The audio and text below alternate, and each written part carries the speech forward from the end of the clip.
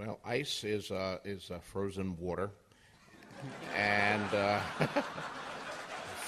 fire fire is the result of combustion when a substance unites with oxygen and gives off heat and energy. But are they hate and love and these other things too? Yeah, of course. I'm working on a number of levels there, and I've always loved a certain amount of ambiguity, words or scenes or sequences in books that can be read in many different ways, that have several meanings when you look at them, that mean one thing when you look at them this way and another thing when you look at them the other way.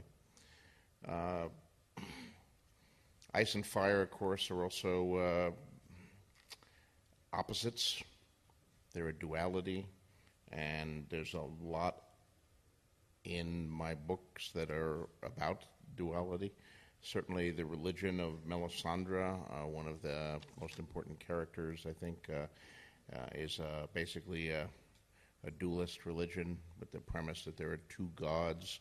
It's somewhat based on Zoroastrianism and a little bit based on the Cathars, the Albigensian heresy, who I know had some roots here in Spain once upon a time before they were all killed. The idea of a world divided between good and evil, a war between the two, which is so basic to so many fantasies, starting with Tolkien, but much more so in the case of the Tolkien imitators, was something that I wanted to recast and think about and maybe subvert a little. But I'm still using kind of the language of it and some of the symbols associated with it. So all of these are grist for the mill. It's not something as simple as saying ice is this and fire is that. They're both many things. And one of the most important things is that both of them, ice and fire, will kill you dead. So they are both dangerous in their own ways. Hate, love, desire, coldness, they can both be deadly. Well, I certainly think there is meaning in my books, hopefully a great deal of meaning, but I don't think that needs to be antithetical to the having fun portion of it. Ideally, for me as a writer and also as a reader, which I was and still am a voracious reader of many types of books, and there's nothing to compare with the joy of reading a good book for the first time. That's something that can never be replaced, and I love it when it happens in a great book, especially. It doesn't happen all that often. I read a lot of books. Many of them are good or entertaining, but every once in a while I come across a rare one, and I just love reading the book so much. I don't want the book to end, because I know once it ends, that experience of reading it for the first time will be over. But that being said, the best books are ones that hold up for repeated rereadings. And you'll never quite get that same sensation that you get when you read a good book for the first time.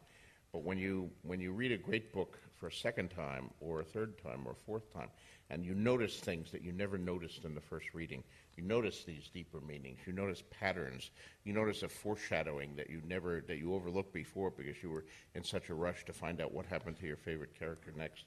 That's certainly what I strive to do. I strive as an artist, as a writer, to create books that will hold up for repeated rereadings, and that each reading will bring with it new pleasures. I think the best books are read on several levels. You want to read them just to find out what happens next. You want to read them to just enjoy the surface. And if you're a deeper reader and you're a more careful reader, there may be treasures down in the depths. There may be meanings or cool artistic stuff going on, or playing with words, or layers of meaning and all of that stuff. But I don't want to exclude the more casual reader. I want to provide on the first level, the most basic level, a great, entertaining, exciting read for the people who are never going to reread the book, who are just going to read it once and then go on to the next book. So I think the best book works on multiple levels like that, and that's what I achieve to do. Something that's very accessible, very exciting, very much fun on the upper level, but then underneath there are these layers of meanings and other things that are revealed, depths of characterization that are revealed on subsequent rereadings.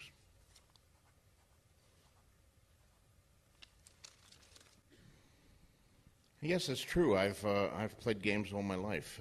From when I was a child, growing up in Bayonne, New Jersey, I played checkers and Monopoly, and later on chess.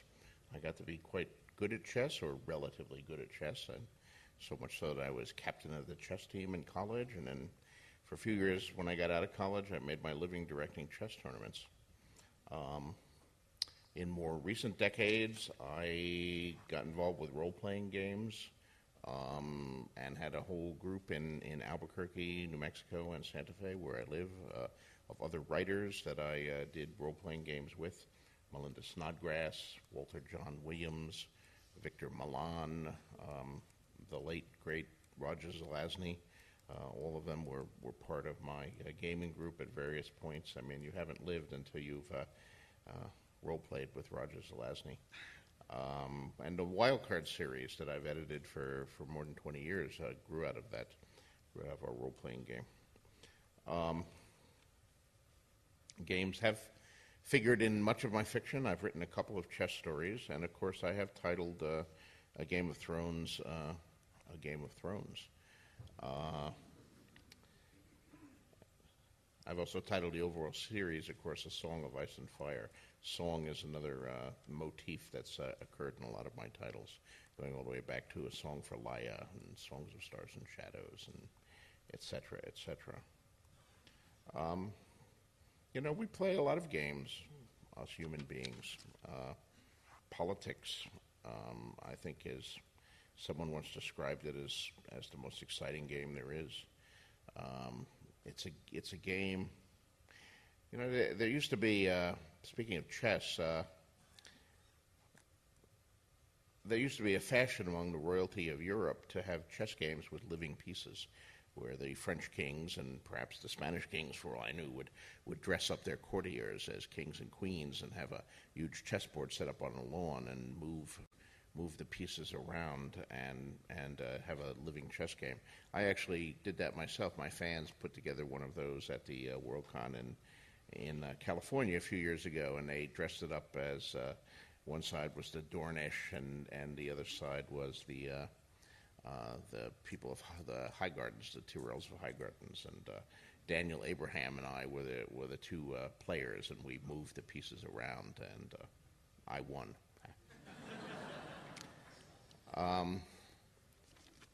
But that's almost a metaphor. I mean, the truth is that kings and presidents and premiers and prime ministers and all of our leaders from time immemorial have played real games of power in which the stakes are human lives and the destiny of nations.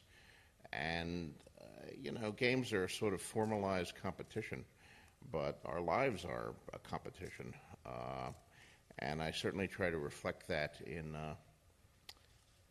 my writing and in something like Ice and Fire. Tyrion is acutely aware of it. He, despite being born to a position of power and wealth, he's aware that he's competing for everything there is, and he has to be on his toes at all time. And I see that in life too, so I do try to reflect it in my books. I better let Diego catch up with me. I have a tendency to ramble on for far too long, and then he has to give a half-hour speech. I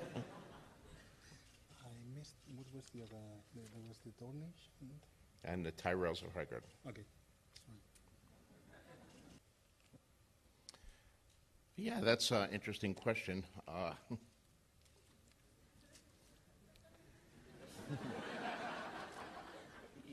think it does have something to do with who we are or who I am and the experiences that a writer undergoes in his own life.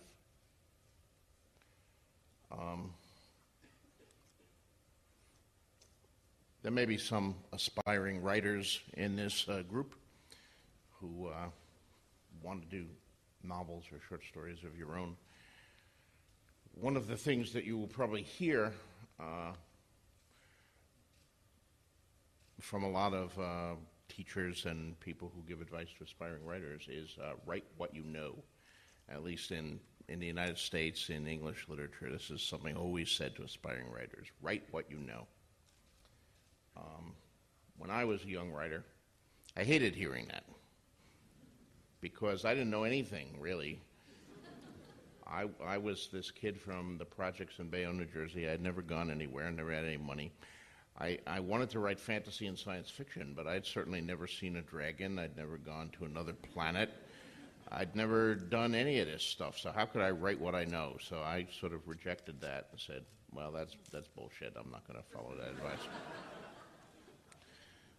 But later, and when I actually became a writer, I began to understand the truth of that. It's not writing what you know in terms of the care and raising of dragons, or it's writing the emotional truth of your own life, and whatever furniture you may put into your story, whether it's a realistic story about what it's like to live in Barcelona in the year 2012 and the day-to-day struggles of life, or whether you're casting it in a historical context, what it was like to live in Spain in 1492 or whatever, when the Moors were being kicked out and the Jews were being kicked out and Columbus was discovering America, or whether it's a far distant planet or a fantasy world. The core of it is still what you know in terms of emotional truth. That's what's going to make the characters come alive. That's what's going to make it real.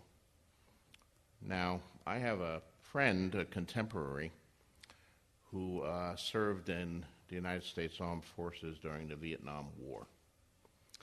And he had some very traumatic experiences over there. He saw some horrible things. He did some things. He learned a lot about war and the nature of humanity, and it's clear that these events that happened to him between roughly the ages, I guess, of 18 and 22 or 23 became in some ways the defining characteristic of his life, and he has subsequently written a number of books, and some of them are realistic books, novels about the Vietnam War, novels about coming home after the Vietnam War. Some of them are science fiction books about other wars in 1,000 years from now fought among the stars. But you can read those those science fiction books, and you can see that the power in them derives from the fact that he served in the Vietnam War, and he knows what he was talking about. There's that core of emotional truth there. He's writing what he knows. He's writing from the heart or from the gut, as you might say.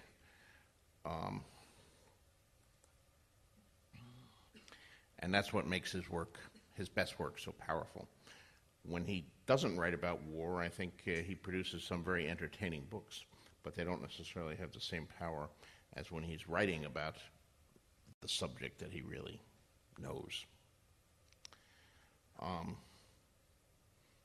Which brings me back to me, who did not serve in the Vietnam War, who in fact was part of the anti-war movement resisting it. I was at home. I went to college, and then I got out of college. And the big defining characteristics of my life in these periods was I had a number of women who broke my heart.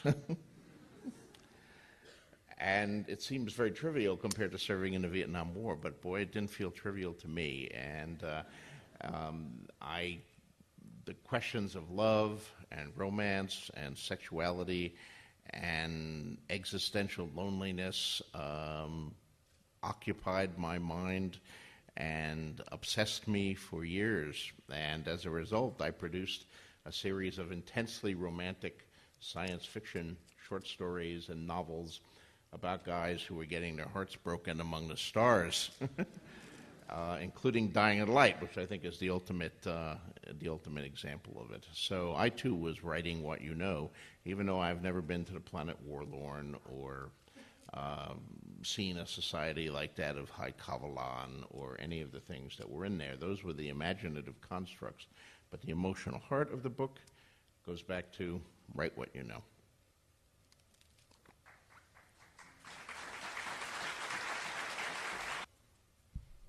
I don't know. The ones in my books are pretty bad. I don't necessarily count myself a fan of the vampires that appear in a lot of contemporary fiction. I just don't buy the vampire as hero construct, at least not when seen from the viewpoint of a human character. They may be heroes in their own eyes, but to them, we're cattle, and I can't see the 500-year-old vampire falling for a high school girl kind of scenario.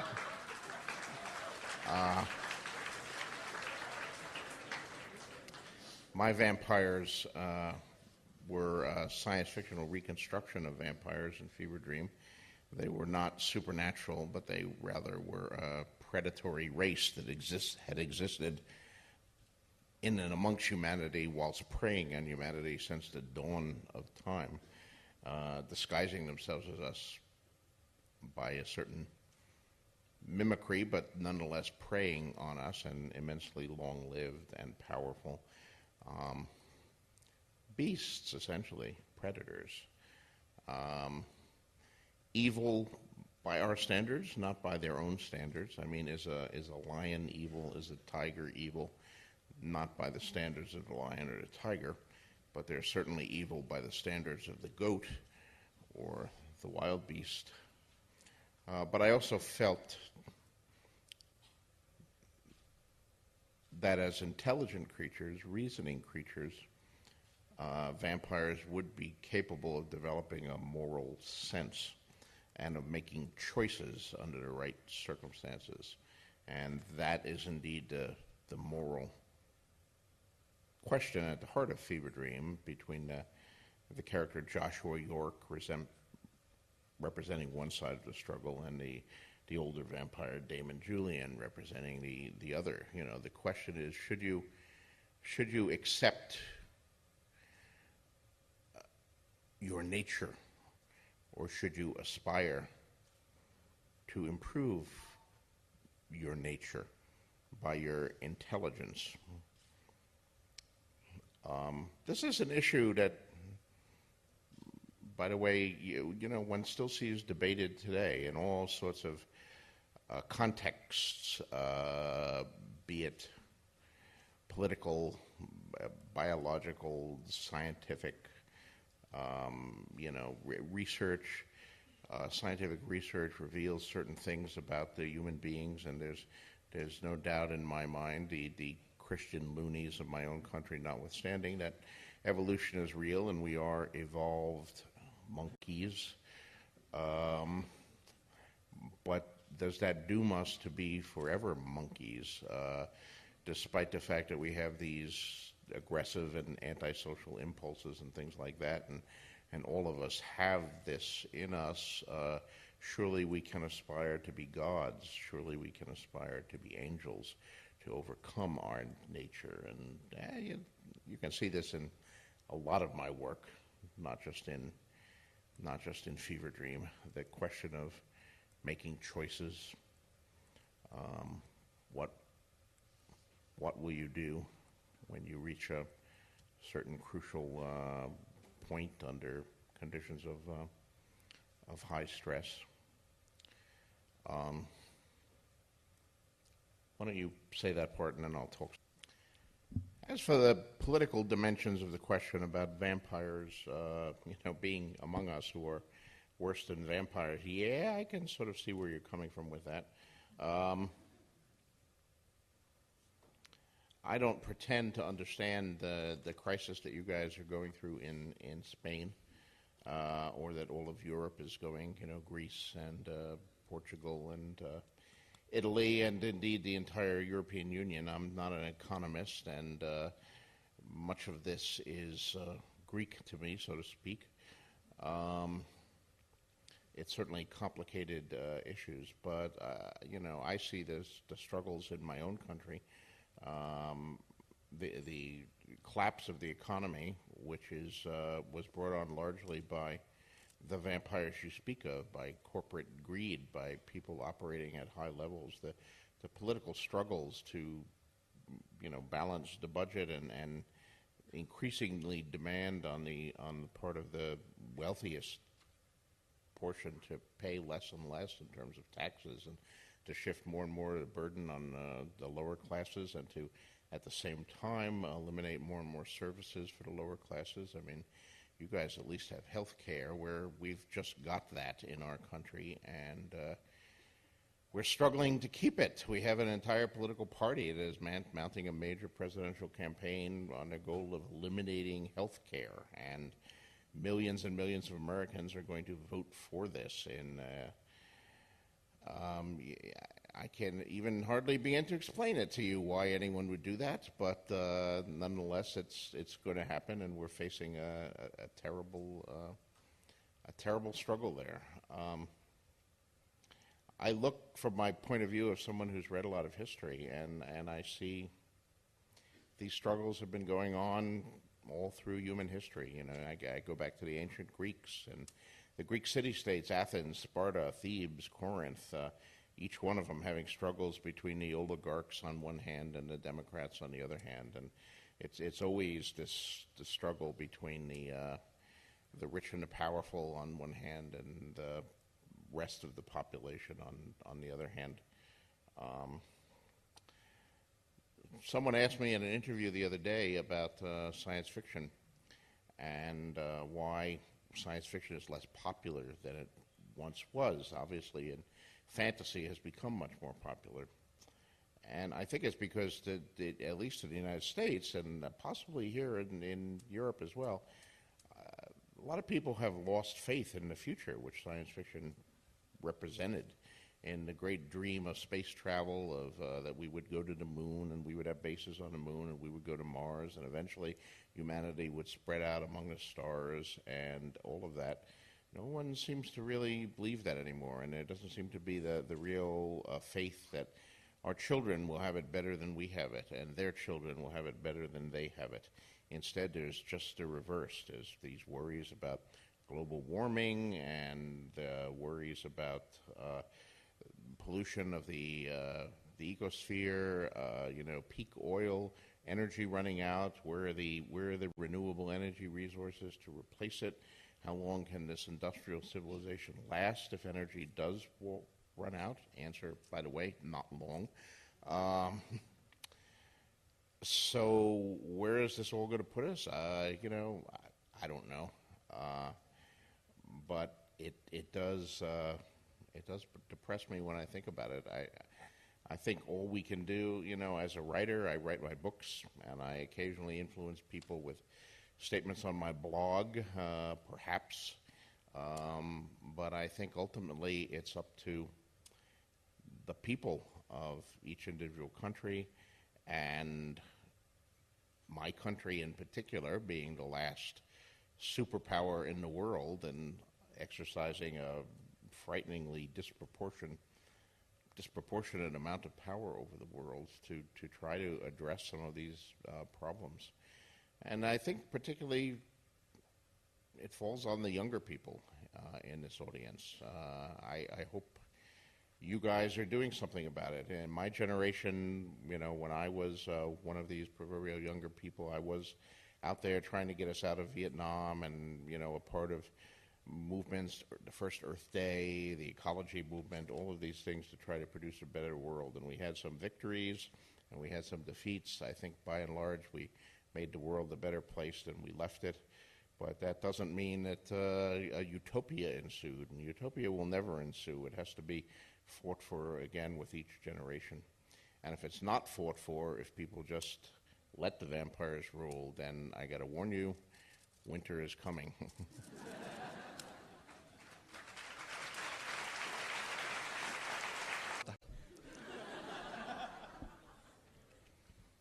Well, if you look at the maps, we have a map book coming out in a couple months, by the way. The Lands of Ice and Fire, so let me get in that plug. Beautiful collected maps.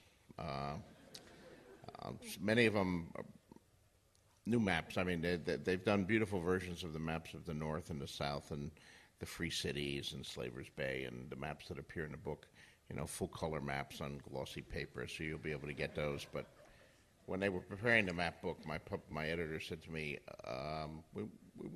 there's not enough. We want a few more maps.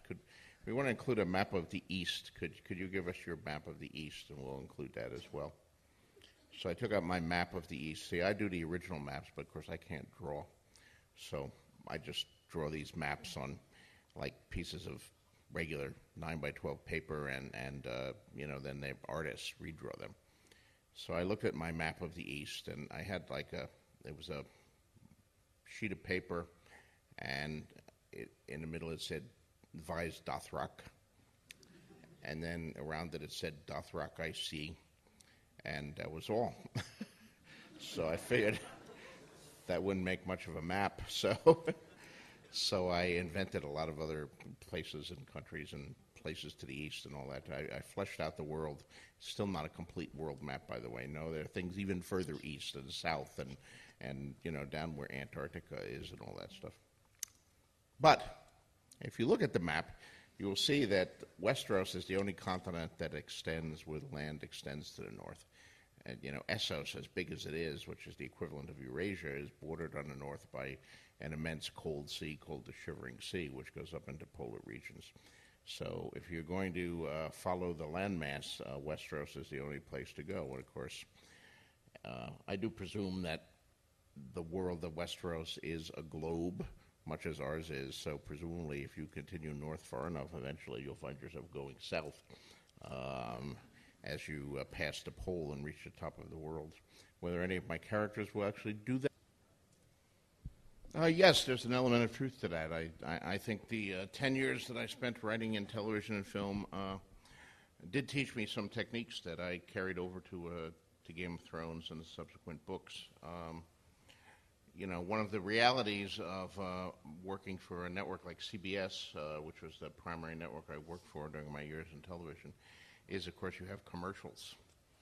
So you may be doing a 1-hour drama. Actually, you have 46 minutes, and you have that broken up into, depending on the structure, 4 or 5 segments. And the fear of the networks, of course, is always that people are going to change the channel when the commercial comes on. So you have act breaks. Every segment ends with an act break. And, of course, one of the strongest act breaks is the cliffhanger. But that's not the only kind of act break. You know, you'd go crazy if every act break was a cliffhanger. But usually an act break is there's a revelation, there's a twist, there's an important new piece of information that comes, there's a reversal, there's a character revelation, something big that comes right before the commercial. And the idea is that will hold the viewers in place while you try to sell them a yogurt or a new car or a can of Coca-Cola. It's a good technique, and it became second nature to me. So when I started writing Ice and Fire, essentially all of the chapters end with act breaks of one sort or another. And the idea is much the same. I don't have commercials in between my chapters, but I do want the same thing. I want to keep you reading. So you read a Tyrion chapter, and you end it, and it's got a cliffhanger, a reversal, a reveal, and you're very eager to find out what happens to Tyrion next, but of course you can't because now you have to read about Jon Snow. And then at the end of it, there's an act break there, and you want to find out what happens to Jon Snow next, but of course you can't. You have to read about Sansa.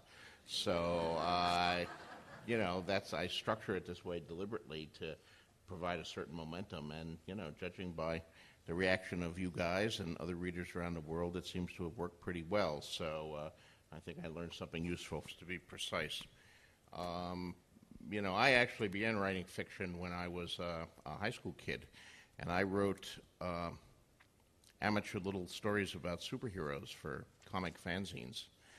Fanzine being a fan magazine, an amateur-produced fan magazine. In my day, they were done on mimeograph machines and things called ditto machines, which were hideous devices that involved a tray of gelatin and masters and stuff, but produced like 20 copies. These days, they're done on the internet and so forth, but fanzines still exist. And we called that fan fiction. We called the stuff that I was doing fan fiction. But it was original. I was creating my own superheroes. I was writing superhero stories about Manta Ray and Garazan, the mechanical warrior, and the White Raider, a superhero on skis. I wasn't writing stories, much as I loved them, about Spider-Man and the Fantastic Four. Even as a 13-year-old, I recognized that these were other people's creations, and these were the property of Marvel Comics or DC Comics or whoever happened to have created and published them. Today, fan fiction, the term has been rebranded or something, has been seized, and now seems to refer exclusively to these derivative products where people are writing, stories about my characters in my world in some cases, or the world of Robert Jordan, or the world of Tolkien, or Star Wars or Star Trek. In other words, popular franchises that are out there that for one reason or another have struck a chord with the fan fiction writer, and so they're producing unauthorized stories in those worlds. And yes, I do oppose that on several grounds. Number one, it's illegal. It's copyright violation. I hold the copyrights in those areas, and I make my living, like most writers do, from selling those copyrights to publishers who then publish books and pay me a royalty, be it in English or here in Catalan and Castilian here. So I don't want people just making off with them and producing their own versions of Jon Snow and Westeros, etc. And I don't want them doing it for other writers either. Also, I know, when I was writing fan fiction, when I was writing my Manta Ray stories, I was an aspiring writer. And I know that many people who do fan fiction are aspiring writers. And it's a bad way to train yourself to be a writer. I mean, every writer has to begin by, writing some bad stuff or some amateurish stuff. I mean, you learn by the act of writing. But you should challenge yourself the whole way. I mean, creating the world and the characters is a big part of learning how to write. It's not just a matter of learning how to put the sentences together. You have to create an interesting background. You have to create compelling characters. If you're just typing Jon Snow or Mr. Spock, you're just taking someone else's character. You're not learning how to create your own character with a backstory and a motivations and what his psychology is. So that's another reason for opposing fan fiction. As for these other products, these movies or games and things like that, well, all of those are officially licensed. I would, certainly oppose any that were copyright violations or were, stealing my intellectual property or my trademarks or that of any other writer. I don't think that would be cool. I think these are fun things that my fans enjoy doing, whether it's a video game or a line of miniatures or a role-playing game. There are many spin-offs of Ice and Fire. A lot of my fans seem to love them. but not all of them by any means. I mean, I see the royalty statements, and some of them do pretty well, and some of them just sell a few things. And that's fine. The people who enjoy them can enjoy them, and the people who don't. The books, as far as I'm concerned, are the canon. The rest of it is just fun side stuff. But the books are the canon, and that's the story, and that's the only real story. Yes, the Dunk and Egg stories. I don't know how many of you are familiar with those. Are a series of novellas that I've written, set in Westeros about 100 years before the events of A Song of Ice and Fire, involving a hedge knight named Dunk and Egg, his squire, traveling about. There are three of them that exist so far: the hedge knight, which was the first, the sworn sword, and the Mystery Knight, which was the third, and I'm presently writing a fourth. They're not novels, but they're fairly substantial novellas of about 30,000 words each, and they've been published in anthologies over the years, most of which are presumably available here in Spain. There are also comic book versions of those, with scripts by Ben Avery and artwork by Mike S. Miller. Really, really well done comic book graphic novels versions of it, and we hope to continue with those too. Yes, those are considered part of the canon, and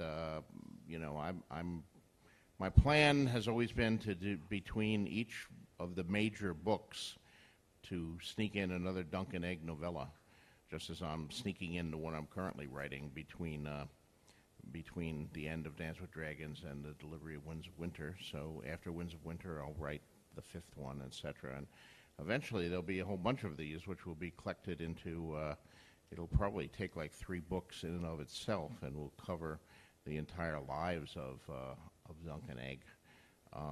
And hopefully it gives you another side of Westeros, another story that's in Westeros. It's sort of a sidebar to the main story, but it will. I don't think it's essential to read those novellas to understand what's going on in the main story, but I think if you do read those novellas, it might give you a little extra background and a little extra depth that will add to your enjoyment of the novels.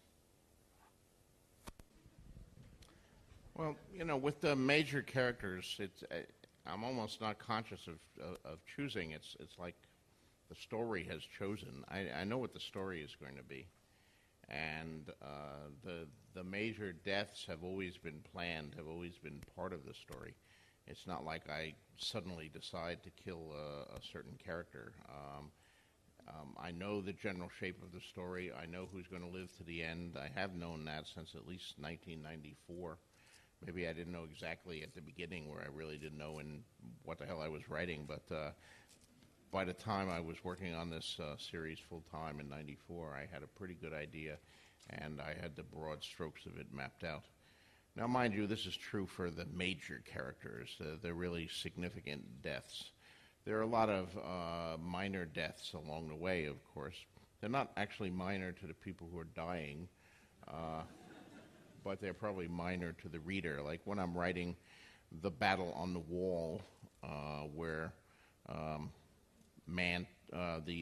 Magnar of Then and his men attack the Night's Watch from the south, a number of brothers of the Night's Watch die in that battle, and that was sort of, okay, somebody now gets an arrow. Who should it be? Let me look at my list. Oh, okay, him, One-Eyed Pete. There goes One-Eyed Pete, And now I'll make it One-Legged Bill. No, wait a minute. One-Legged Bill, One-Eyed Pete, there's too much one thing. I'll let One-Legged Bill live a little while, and I'll kill Stupid.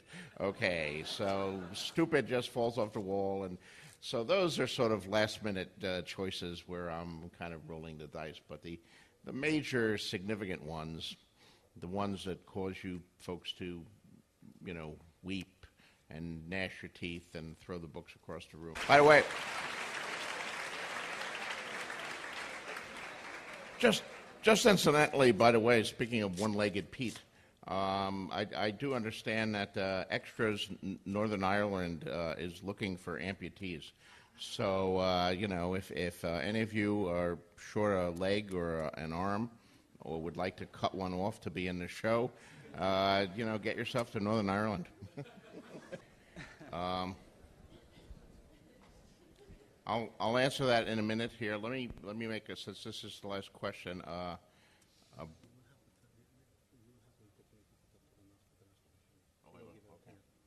right. Um, Writing a comic book is actually quite like writing a teleplay or a screenplay. They're not exactly identical, but the formats are very similar. You're basically giving a skeletal description to someone, in one case an artist, in the other case to your director and actors. You're giving a dialogue and you're giving a brief description of what should be drawn and or filmed. So the formats are very similar, but they're not either of them terribly similar to writing prose, except in the sense that all of them involve telling a story. Story is the basic thing. Story transcends everything else. You know, I mean, we can quarrel about whether we like a movie version of a book or whether we like a comic book version of the book, but the great stories exist in all of these forms, and you know, you can read. I did grow up as a comic book fan. I mean, not only did I read Batman and Spider-Man and the Fantastic Four and write letters to them, but I also read Classics Illustrated. I think I got most of my grounding in great world literature by reading it in Classics Illustrated comic books. So although I may not have read some of these books in their original thing, I know the story, and that's one of the great powers of story, is they almost transcend the medium that they're in. But in terms of simple writing techniques, no, writing a comic book is not the same as writing a novel. It's much more similar to writing. Oh, thank you very much. It's been terrific being here, and thank you for the questions, and Diego for the translations. You're amazing as always, and thank all of you for coming. I do want to say, you know, they've said this before, but I just want to reiterate that I cannot. I know many of you have probably brought books. That usually happens at these things, but I can't sign your books here. There's just too many of you. And I could do that, and I love to do that in the days when, you know, I would give a speech and 12 people would come. But when there's 700, it takes a long time. And they do have me on a schedule here, so I regret that. I have done several signings here in Spain. I know those of you here probably didn't have an opportunity to do this, but I have signed copies for various local bookstores, so I don't know where they are, but you might be able to go into one and find a signed copy somewhere floating around Barcelona if you, my illegible scrawl really is something that you covet. For the same reason, I can't pose for pictures with, because posing for 700 pictures would take quite a while, so I regret that as well. My apologies. I know some of you would like that, but I will make one exception for that, just on the spur of the impulse. I think it's cool that some of you bothered to come in costume, so if you costume people would like pictures, come up here to this area up here afterwards, and we'll pose for some brief pictures together. But, no os levantéis todavía, ¿eh? No, because some of them were...